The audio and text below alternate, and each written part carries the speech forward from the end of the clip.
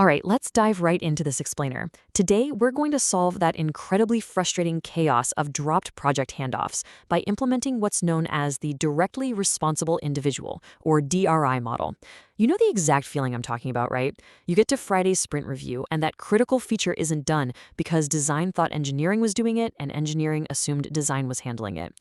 Well, as an organizational design expert and senior agile project manager, I see teams struggle with this exact accountability black hole literally every single day.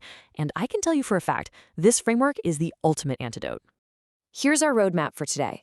We're going to cover the shared accountability trap, the DRI model itself, the difference between being accountable versus doing the work, and how this compares to RACI. Then we'll get into assigning the right DRI, and finally, fostering a DRI culture.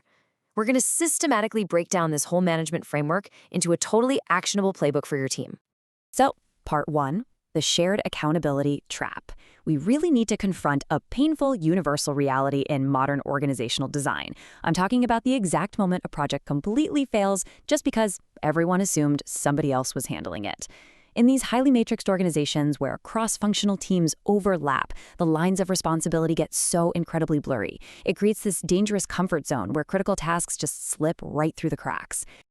Now, it begs the question, can a task have more than one owner? This is the fundamental debate that plagues weekly sprint planning sessions everywhere. We always think we're being highly collaborative when we assign a massive user story or a complex task to a whole group of people. It feels safer, right? It feels democratic.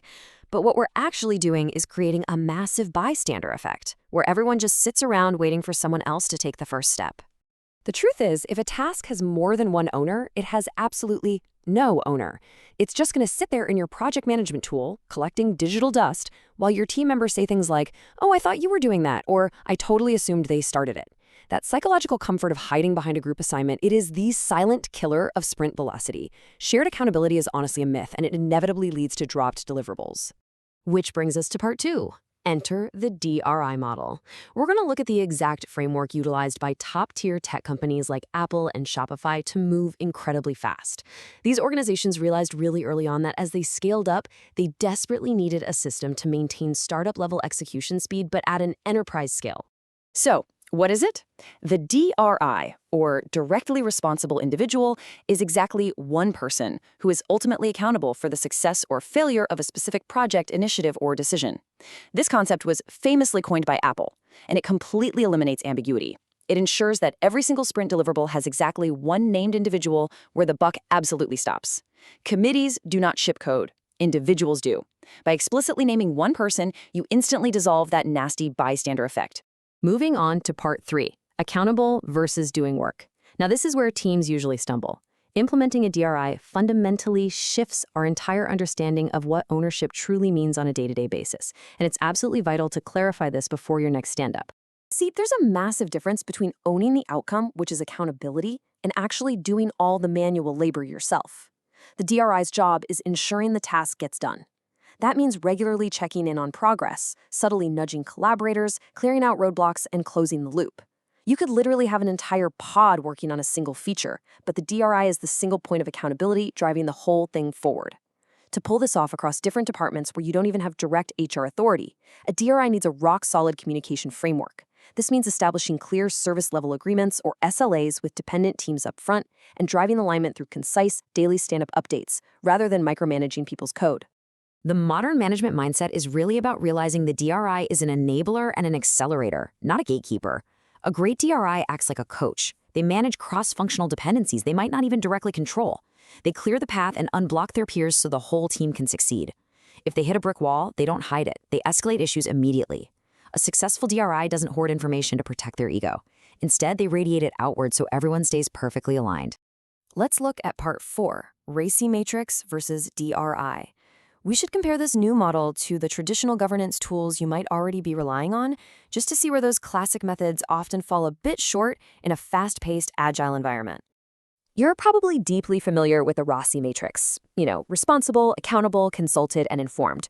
Now, while RACI is fantastic at mapping out really complex cross-functional projects to make sure no stakeholder is left out, it heavily relies on much slower consultation.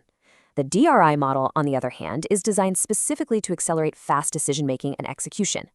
Think of it this way. Use RACI when you're launching a massive multi-year global compliance initiative, but use a DRI when you need to urgently push a critical hotfix to the production server by 3 p.m. today.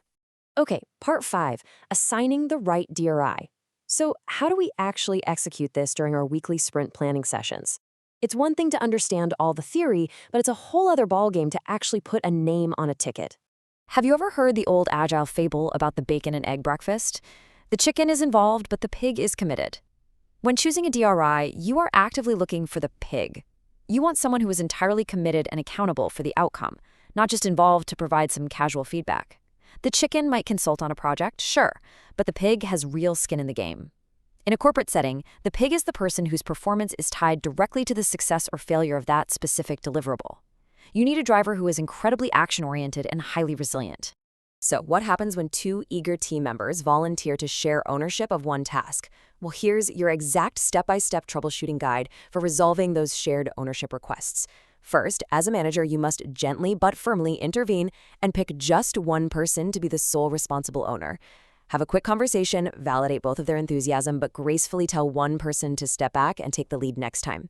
Or your second option is to split the task into distinct logical component parts and assign a single person to each of those parts. Whatever you do, never, ever let 2 names sit in the same assignee field. To document these assignments effectively at a higher level, you can build a decision register to explicitly map out who holds the authority over key areas. But here is the absolutely critical part. Do not hide this in a forgotten, nested folder somewhere on your internet. A decision register only works if it's highly visible, like pinned right to the top of your primary project Slack channel. If it takes the 30-minute discovery meeting just to figure out who is allowed to decide on a pricing change, you're moving far too slowly. Map it out, assign the DRI, make it public, and let them execute. When you're operating in project boards like Jira, Asana, or Monday, visual governance is incredibly simple. The assigned task owner is your single point of accountability, period. Explicit roles are non-negotiable here. Honestly, one of the biggest mistakes I see teams make is using generic team tags for the assignee field. Please, don't assign a critical bug to a bucket called backend dev team. That is just a guaranteed recipe for the bystander effect. Find that individual backend developer who is owning that specific milestone and put their specific face on that ticket. During midweek check-ins and sprint reviews, managers really need to hold the DRI accountable without micromanaging their day-to-day execution. You want to track the overall health status, monitor the Kanban workflow pacing, and identify any emerging risks. But let's look at a quick troubleshooting checklist for when a DRI actually fails to deliver an assigned milestone. First things first, hold a blameless postmortem. Second, conduct a root cause analysis. Was this just a skill issue or a cross-functional dependency issue where another team completely dropped the ball? And finally, rescope the DRI's authority. Oftentimes, a DRI fails simply because they didn't have enough organizational power to clear the roadblock in the first place.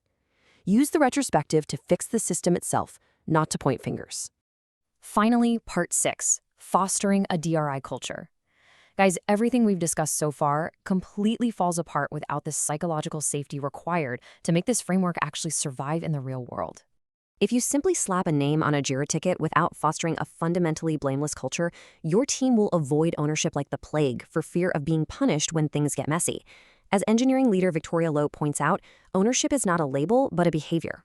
When an incident happens in a gray area, true ownership is the person who steps up and says, "Hey, I'll figure this out," rather than reflexively saying, "Nope, that's not my department." For leadership, this means that if a DRI makes an honest mistake while taking initiative, you absolutely must treat it as a coaching opportunity, not a firing offense. Otherwise, no one will ever volunteer to be a DRI again. I want to leave you with this provocative thought to examine within your own organization today. Are your team members waiting for permission, or are they proactively stepping up? If you want to permanently eliminate the bystander effect, you have to build a culture where DRIs are truly empowered to make decisive calls. Thank you so much for joining me for this explainer. Now take this playbook, go clarify your team's ownership, and watch your sprint velocity absolutely soar.